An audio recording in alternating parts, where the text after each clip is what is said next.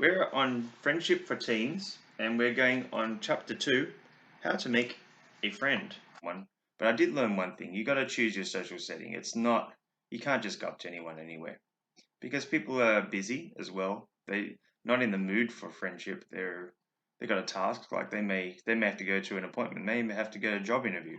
You don't want to interrupt someone on their day. Go, hey, you want to be my friend? And then they're in the middle of going to a job interview. That's not fair because you'll make them late. So got to be cognizant of where you want to meet people.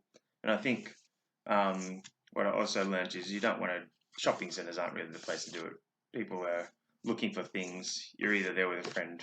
You got to go to a setting where people are receptive to making friends. And the most ideal places are tourist attractions. Generally, people are open to meeting people because they're having a good time, and being around other people is what they want to do. And then when you go on holiday, definitely go to a resort or something. People are more apt to want to make friends because they got nothing on their agenda. They're there having a good time. So typically you're having a good time with someone else. So I would focus on that. But here we go. We're going to talk about the shy factor. Most people are shy to a degree, but if you're painfully shy, it's harder for you to make the first move in a friendship, respond to others' overtures, or even realize that someone is interested in being your friend. Taking care of yourself, befriending yourself, liking yourself, realizing fully what you feel, and knowing what you want. So here are some tips for battling shyness. All right, we're doing the fight. Fight against shyness. Well, if you wear something like this dangling on your ear all day, that will help you with your shyness, I think. 1 banana, 2 banana, 3 banana, 4. Because you look kind of silly.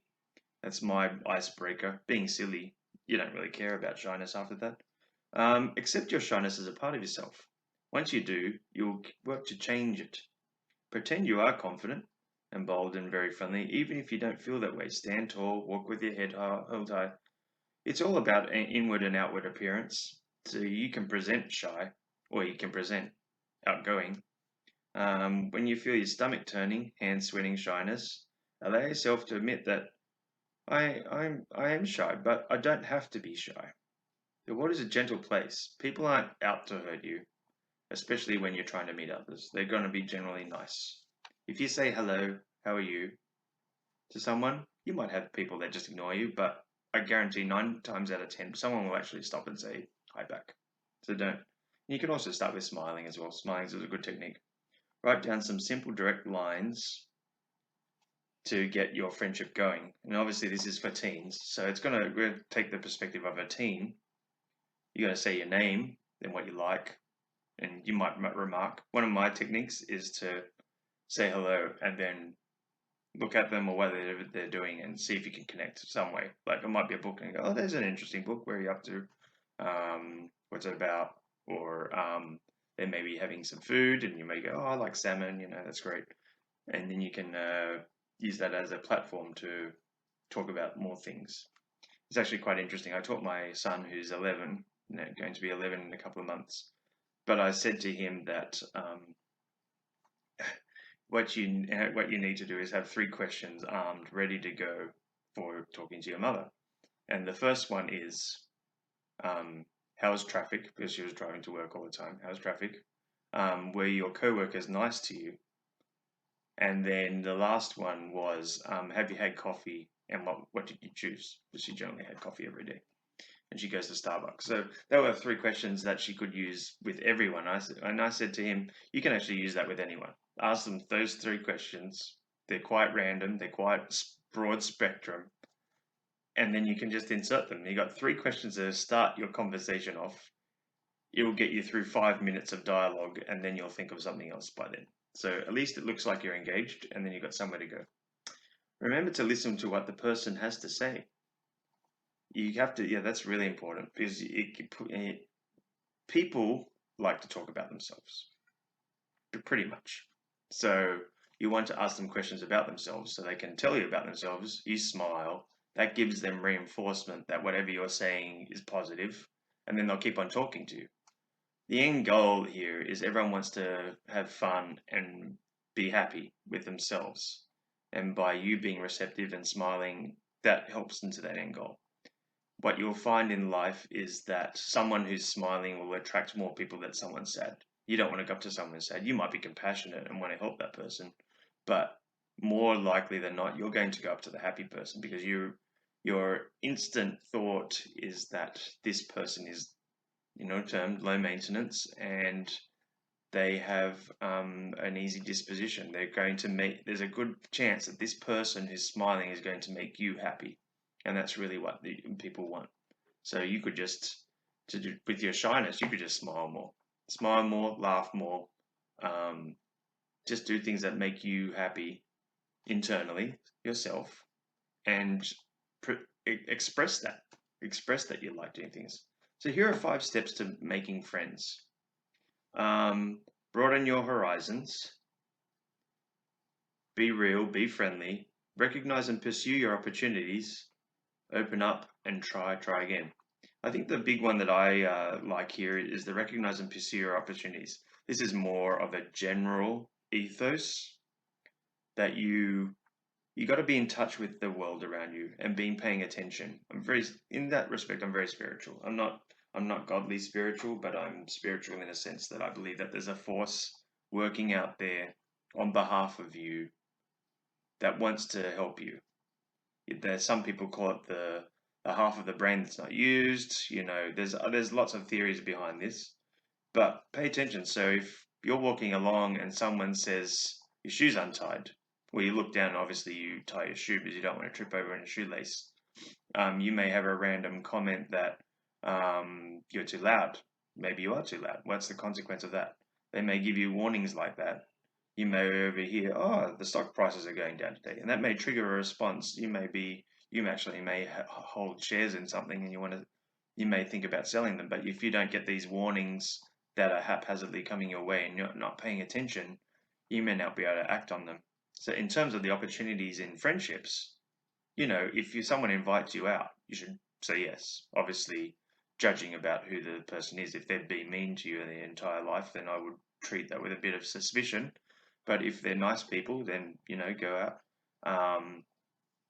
Also, other opportunities might be sports, or you may have an opportunity to join a sports team. That's a great way to meet people because you have lots of people to chat to, and also speak up. When I was a soccer coach, I had a chap on my team, and he wouldn't hardly ever talk. And then finally, I said, "I'm going to work on you, and you're going to talk eventually." And then I was just a chatterbox, but he just needed some coaxing to come out because he felt comfortable in the team. He started talking.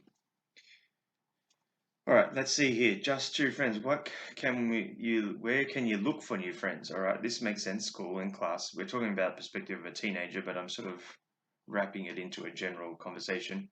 Your neighborhood or apartment building. I suppose you could do that, but I don't think that's. I think neighborhood and a cul-de-sac is more ideal. After school activities, that's really good. So, what you should do is encourage your parents, because this is the perspective of a teenager, but if it's yourself, do an evening class in art, maybe painting, music, acting. I don't, you play board games. If you love board games, there are sci-fi shops that host board games, board game nights. These are things where you can take something that you like to do, take it into a group setting, and therefore you will meet people. And then you can judge by your interactions if you like someone there. And then you go, well, do you want to go out and do something again? It's obviously a bit more awkward between men and women because we have this chemistry, natural chemistry that we want to date and, do that sort of thing. But if you're just looking for friends, same gender is typically the best route just because of that.